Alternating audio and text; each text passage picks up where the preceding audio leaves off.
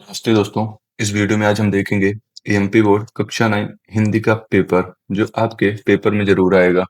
चलिए शुरू करते हैं। वीडियो को लास्ट तक देखिएगा और ये बहुत ही इंपॉर्टेंट क्वेश्चन पेपर है, तो वीडियो को बिल्कुल स्किप मत करिएगा। तो चलिए देखते हैं। सुमित्रा नंदन पंत का जन्म किस गांव में हुआ था? तो इसका सही जवाब है कौसानी गांव में। फिर है, निरपेक्ष होकर ईश्वर का भजन करने की बात किसने कही है? तो इसमें हो जाएगा कबीर ने। फिर रघुपति राघव राजा राम में कौन सा अलंकार है? तो इसमें हो जाएगा अनुप्रास अलंकार। फिर है, एक ही वर्ण की बार बार आवृत्ति हो रही तो इसलिए अनुप्रास। फिर है, ल्हासा की ओर जाते समय लेखक के साथ कौन था? तो इसमें हो जाएगा सुमति। फिर है, किस समास में दोनों पद प्रधान होते हैं? द्वंद्व समास में। माता चा पिता चा, मातरो। एकांकी में उमा की माँ का क्या नाम था? तो इसमें हो जाएगा हमारा प्रेमा। फिर है, रिक्त स्थानों की पूर्ति कीजिए। मेघ आय रचना, तो इसमें हो जाएगा सर्वेश्वर दयाल सक्सेना। फिर है, मंगल भवन अमंगल हारी में, तो इसमें हो जाएगा सोरठा। फिर है, करुण रस का स्थायी भाव है, तो इसमें हो जाएगा सो। फिर हो जाएगा दोनों बैलों का ऐसा, तो इसमें हो जाएगा हमारा अपमान। फिर तालाब का पर्यायवाची, तो इसका हो जाएगा सरोवर। फिर रेणु का पूरा नाम प्रईश्वर नाथ रेणु, रेणु है। फिर है, सत्य सत्य। तो अरहर और सनई की करधनी शोभा कम कर रही है, तो ये हो जाएगा असत्य, शोभा बढ़ा रही है। फिर जहां उपमेय और उपमान की तुलना की जाती है वहां उपमा अलंकार होता है, तो ये हो जाएगा सत्य। फिर जूता हमेशा टोपी से सस्ता रहा है, यह असत्य हो जाएगा। फिर मेरे बचपन के दिन संस्मरण विद्या से संबंधित है, ये भी हमारा सत्य हो जाएगा। फिर है, हिंदी का प्रथम महाकाव्य पृथ्वीराज रासो है, ये भी सही है। फिर है, उमा आधुनिक व जागरूक युवती नहीं है, ये असत्य है। फिर है सही जोड़ी। वाह का हो जाएगा कविता, इसमें एक। फिर हो जाएगा पंचवटी, पंचवटी का हो जाएगा खंड काव्य। फिर है झूरी की साला, तो इसमें हो जाएगा गया। फिर है सजातीय, तो इसका हो जाएगा विलोम विजातीय। फिर है भी ही भर, तो इसमें हो जाएगा पांचवे में निपात शब्द। मतलब एक ही शब्द, मतलब जैसे तुम्हें भी जाना पड़ेगा, मतलब जोर देकर जो शब्द बीच में आते हैं जोर देने के लिए, वो निपात कहलाते हैं। इसमें हो जाएगा 5 और इसमें हो जाएगा 6। रीढ़ की हड्डी जगदीश चंद्र माथुर। फिर है, निम्नलिखित प्रश्नों के उत्तर एक एक वाक्य में लिखिए। तो रसखान अपनी आंखों से क्या देखना चाहते हैं? तो इसमें हो जाएगा हमारा, रसखान अपनी आंखों से ब्रज के वन बाग तालाब और कुंजों को देखना चाहते हैं। तो रसखान अपनी आंखों से ब्रज के वन बाग तालाब और कुंजों को देखना चाहते हैं। फिर है, विस्तृत कलेवर वाले काव्य को क्या कहते हैं? तो इसमें हो जाएगा महाकाव्य कहते हैं, महाकाव्य कहते हैं। फिर है, सालिम अली किस प्रधानमंत्री से मिले थे? तो इसमें हो जाएगा चौधरी चरण सिंह से।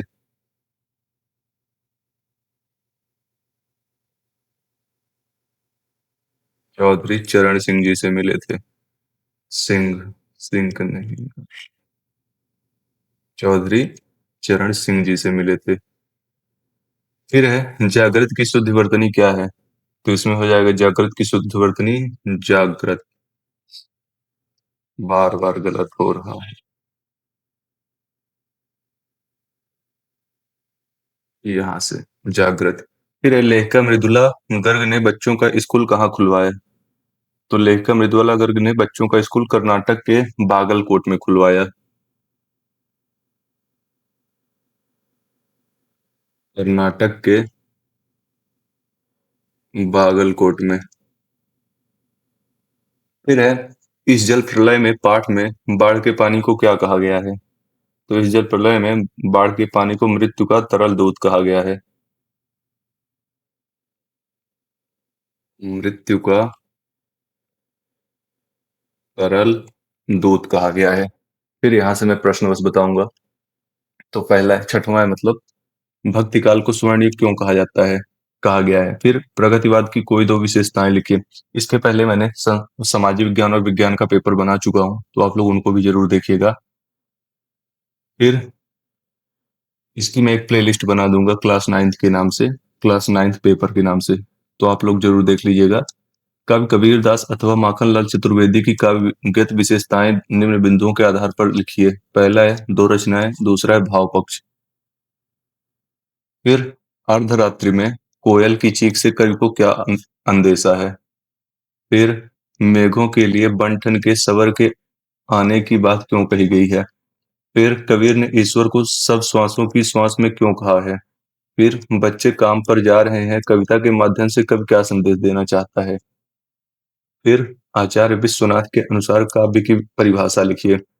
फिर स्थायी भाव एवं संचारी भाव में कोई दो अंतर लिखिए।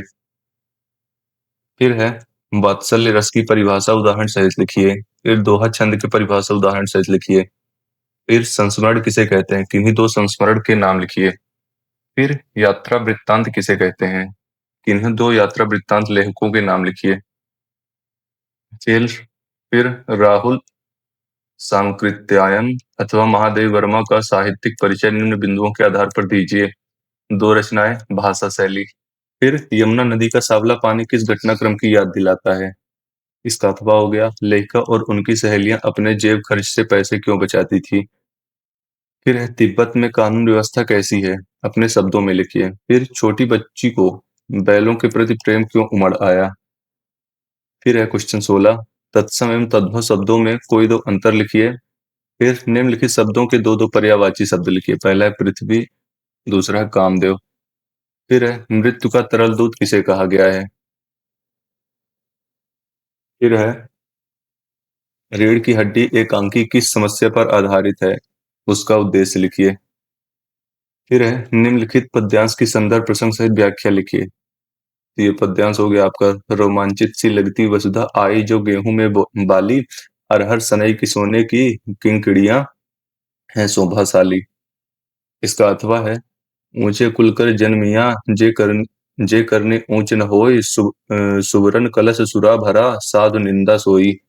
फिर है ये गद्यांश है आपका, निम्नलिखित गद्यांश की संदर्भ प्रसंग सहित व्याख्या लिखिए। इस संस्कृत के फैलाव का परिमाण क्या होगा, यह गंभीर चिंता का विषय है। हमारे सीमित संसाधनों का घोर अपव्यय हो रहा है। जीवन की गुणवत्ता आलू के चिप्स से नहीं सुधरती, न बहुविज्ञापित शीतल पेयों से, भले हुए अंतरराष्ट्रीय हो। पिज्जा और बर्गर कितने ही आधुनिक हो, है वो कूड़ा खाद्य। इसका अथवा है, तुम मुझ पर या हम सभी पर हंस रहे हो, उन पर जो उंगली छिपाए और तलुआ घिसाए चल रहे हैं, उन पर जो टीले को बरकाकर बाजू से निकल रहे हैं। तुम कह रहे हो मैंने तो ठोकर मार मार कर जूता फाड़ लिया, उंगली बाहर निकल आई पर पांव बच रहा है और मैं चलता रहा, मगर तुम उंगली को ढांकने की चिंता में तलवे का नाश कर रहे हो, तुम चलोगे कैसे। फिर क्वेश्चन नंबर 20 है, वार्षिक परीक्षा की तैयारी के संबंध में दो मित्रों के मध्य संवाद लिखिए। फिर योग का महत्व विषय पर एक अनुच्छेद लिखिए। फिर निम्नलिखित अपठित गद्यांश अथवा काव्यांश को पढ़कर नीचे दिए गए शब्दों के उत्तर लिखिए। ये आपका काव्यांश हो गया, गद्यांश काव्यांश, और ये गद्यांश हो गया, ये काव्यांश है आपका। ये प्रश्न हो गए इसके। फिर है, अपने जिले के जिलाधीश महोदय को परीक्षा काल में हो रहे ध्वनि विस्तारक यंत्रों पर रोक लगाने हेतु आवेदन पत्र लिखिए। फिर अपने प्रिय मित्र को बड़े भाई के विवाह में सम्मिलित होने के लिए आमंत्रण पत्र लिखिए।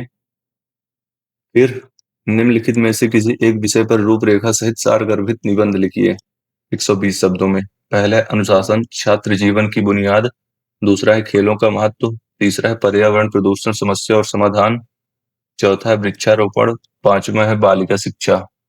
तो ये थे हमारे पूरे प्रश्न। तो ऐसी और वीडियो को देखने के लिए हमारे चैनल को लाइक और सब्सक्राइब करें। Thanks for watching.